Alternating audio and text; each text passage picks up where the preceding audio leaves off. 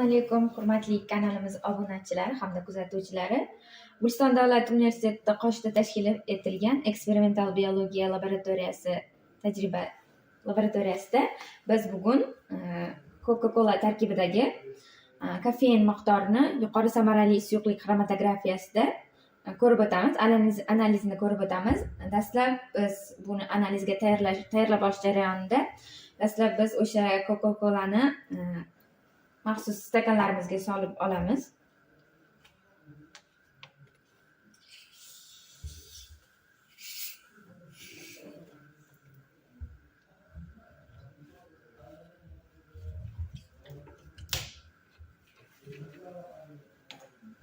Ma'lum miqdorda o'zimizga kerakli miqdorda kola olamiz stakanimizga.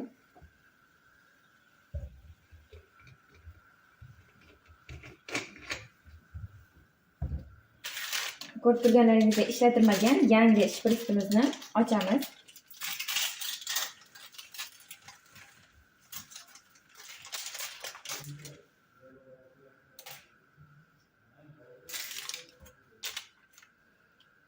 Hamda biz stakanga olib olgan kolamizdan shpritsimizga tortib olamiz.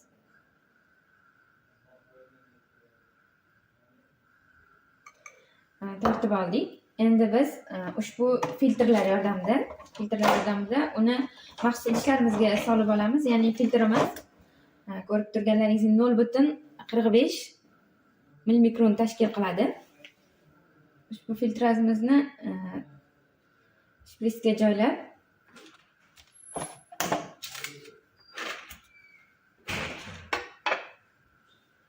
standart idishimizga 1 millilitr miqdorida solib olamiz.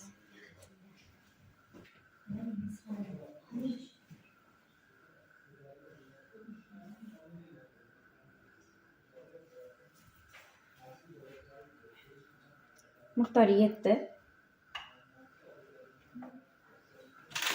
Uning maxsus yopqichi bor. Biz shuni yangi ishlatilmagan. Shuni olib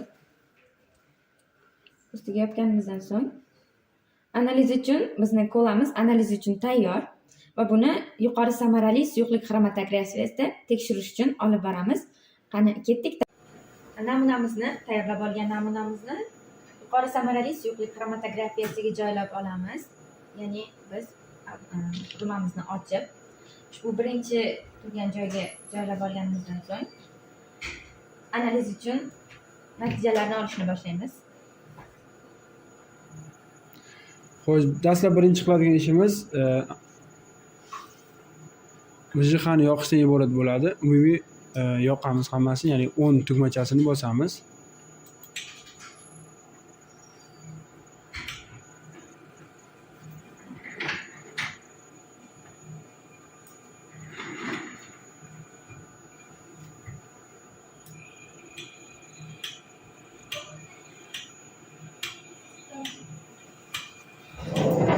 Xo'sh, bundan keyin metodlar bo'limidan biz avvaldan tayyorlab qo'yilgan metod, ya'ni kofein metodini tanlaymiz. Lot metodga kiramiz. Xo'sh, kofein metodi. Mana kofein standart metodi.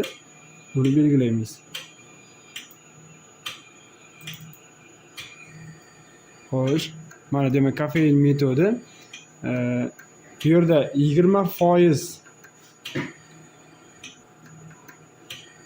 20% astanitril, 15% suv va 65% bufer. Uchala aralashma 0.75 millilitr minut oqim tezligida kolonkadan oqib o'tyapti. Xo'sh, bizga endi o'sha metodga biriktirilgan to'lqin uzunliklari bor. O'sha to'lqin uzunliklarini ko'ramiz.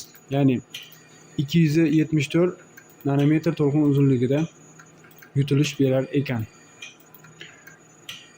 Xo'sh,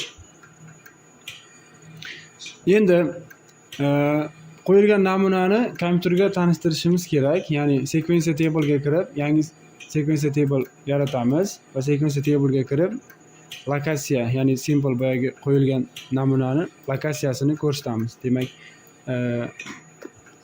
A'dagi birinchisiga belgilaymiz. Mana bu ham P1, A1 bo'ldi. Uni nomlaymiz. Xo'sh. Coca-Cola deb nomladik. O'sha metod kiritamiz. Yana shu kofein metodini kiritamiz. Va qancha namuna olish kerakligini biz avvalgi metodlarda mana kiritganmiz. 5 mikrolitr oladi. Shuning uchun yozmay qo'ysak ham bo'ladi yoki bundan kam ko'p yozishimiz ham mumkin. Okay. Endi bu sequence table'ni saqlanib qilamiz. Xo'sh, mana saqlanib.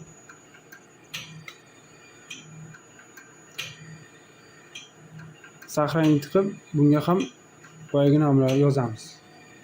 Coca-Cola deb.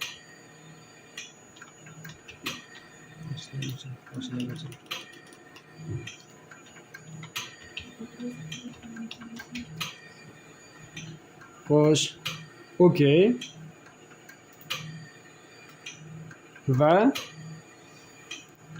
ma'lum vaqt kutamiz, ya'ni mana bu eritmalarni molekulalar bir-biridan farq qilganligi uchun bosimga ta'sir ko'rsatadi. Ya'ni hammasi bir muvozanatga kelib olish uchun ma'lum bir vaqt kerak bo'ladi. Ya'ni masalan asetonitrile suvga nisbatan qovushqoqligi kam bo'lganligi uchun bu uncha katta bosim hosil qilmaydi, lekin suv buferlar katta bosim hosil qiladi. Endi ikkalasi nisbatlari o'zgarishi bilan bosim ham o'zgaradi. Ko'rib turganingizdek, boya gapni boshida 90 barda edi, hozir 110. Bu borgan sayin nima qilib boryapti? Ko'tarilib borayotganini ko'rishimiz mumkin.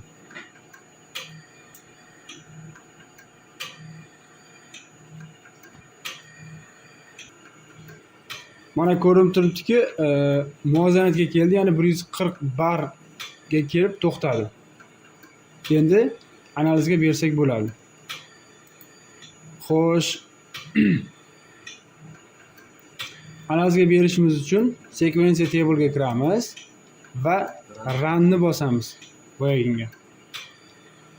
Run tugmasi bosilganda, ya'ni yugurish tugmasi deyiladi, analizga berish boshlanadi.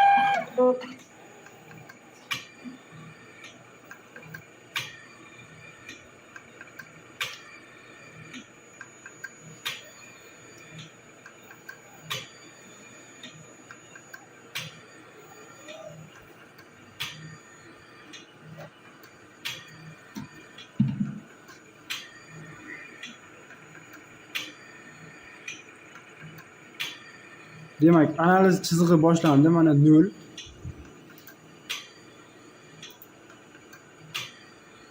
Xo'sh, mana bu chiziq bu yerda pik hosil bo'ladi. O'sha hosil bo'lgan pik biror bir modda ekanligini ko'rsatadi. Umuman olganda o'zi hozirgi metodika bo'yicha 10 minut davom etar ekan umumiy analiz. O'sha 10 minut davomida vaqt o'tishligi uchun biz sizlarga xromatografiya, ya'ni yuqori samarasi yo'q xromatografiya, ya'ni Agilent kompaniyasi ishlab chiqarilgan Infinity 2 1260 apparatini ishlashini, mexanizmini tushuntirib beraman. Xo'sh, Agilent 1260 Infinity 2 qurilmasi, ya'ni yuqori samarasi yo'q xromatografiya HPLC, ruschada VJH deyiladi. Xo'sh, bu ishlash prinsipini tushuntirib beraman. Ishlash prinsipi juda ham oddiy. Ya'ni bu yerda va tushuntirganimizdek A modda. Ya'ni mana A moddamiz ko'rsatilyapti. A asta nitrit. Asta nitritlga B moddamiz, B belgisi, ya'ni suv. Undan keyin S modda, ya'ni S fazamiz bufer. Ya'ni sizga kislotali bufer hisoblanadi. Bularning hammasi plastmassa trubkalar orqali hammasi nasosga kelib joylashadi. Ya'ni eng pastki qismida nasos joylashgan.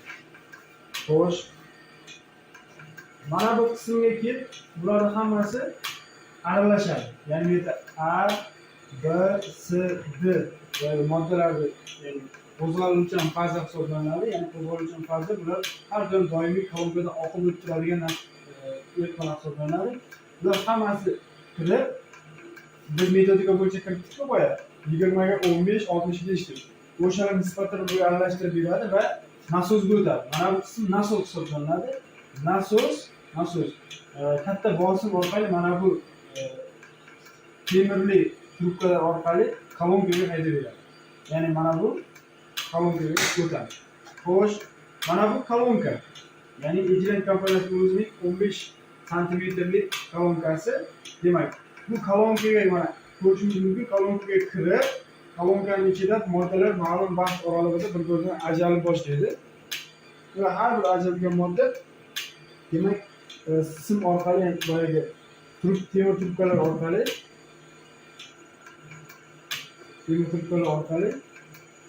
birinchi demak diotiy matrisali detektorga boradi. Diotiy matrisali detektordan har bir o'tayotgan modda, ya'ni yangi A modda deydigan bo'lsak, A modda o'tganda yo'lda bitta pik beradi. B modda o'tganda bitta pik beradi. Nechta pik bo'ladigan bo'lsa, buning barchasi bittadan modda hisoblanadi va undan keyin detektordan o'tgandan keyin tepaga fluorescent detektorga o'tadi. Fluorescent detektor deyiladi. Fluorescent detektorda bu ham moddaning mavjud turishini aniqlaydi. Bunda ham ya'ni fluoressensiyadan xususiyatiga ega bo'lgan moddalarni aniqlashga xizmat qiladi. Va undan chiqqan boyagi moddalar, analizga berilgan moddalar, bo'lmasa mana bu qo'zg'aluvchan fazalar hammasi mana bu qismga, ya'ni keraksiz idishga oqib chiqib ketadi.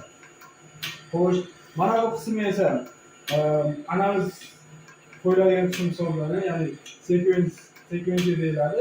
Sekvensiyada xo'sh, analiz uchun moddalarni olib joylashtiramiz, ya'ni o'zining har bittasi o'zining kuyetalardan iborat. O'sha kuyetalarni olib joylashtirib, kompyuterga tanishtirganimizda u analizni o'ziga oladi. Analiz olish miqdori bor, ya'ni 0,1 mikrolitrdan 10 mikrolitrgacha, 20 mikrolitrgacha ham olish mumkin. Qolgan yana mayda to'liq tushuntirishlarni keyingi videolarda ham to'liq tushuntirishga harakat qilamiz. Har bitta qismlar alohida. Bosim tushib ketdi degani. Xo'sh. Bu yerda hozir ko'ryapmiz, asosan 3 ta pik hosil bo'ldi. Mana 2 ta pik, ya'ni 2 xil modda va mana bu eng katta pikimiz. Bu piklarni kattaytirishimiz, kichraytirishimiz mumkin. Bundan tashqari juda ham mayda piklar ham bor. Bular har bitta pik bitta modda ekanligi haqida boya sizlar bilan gaplashdik. Endi bu katta pikimiz balki kofein bo'lish ham mumkin. Uni analiz tugagandan keyin ko'rishimiz mumkin bo'ladi.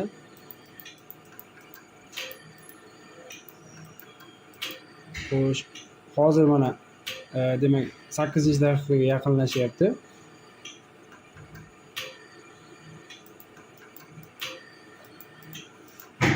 Yana 2 minutdan keyin analiz tugaydi.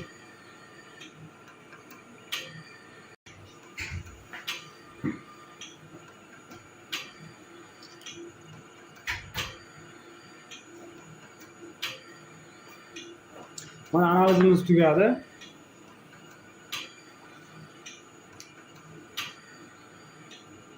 Report. Demak, natija. Xo'sh, haqiqatan biz boyagi eng katta pik kofein ekan. Mana ko'rishimiz mumkin. Kofein deb yozib chiqdi. Bu standartga solishtirgan holatda. Bizning standartlarni eslatib o'tib, bizning standartlarimiz Sigma Aldrich standartlari hisoblanadi. Demak, kola tarkibida, ya'ni 0,5 kola tarkibida 0,094 milligram millilitr kofein bor ekan.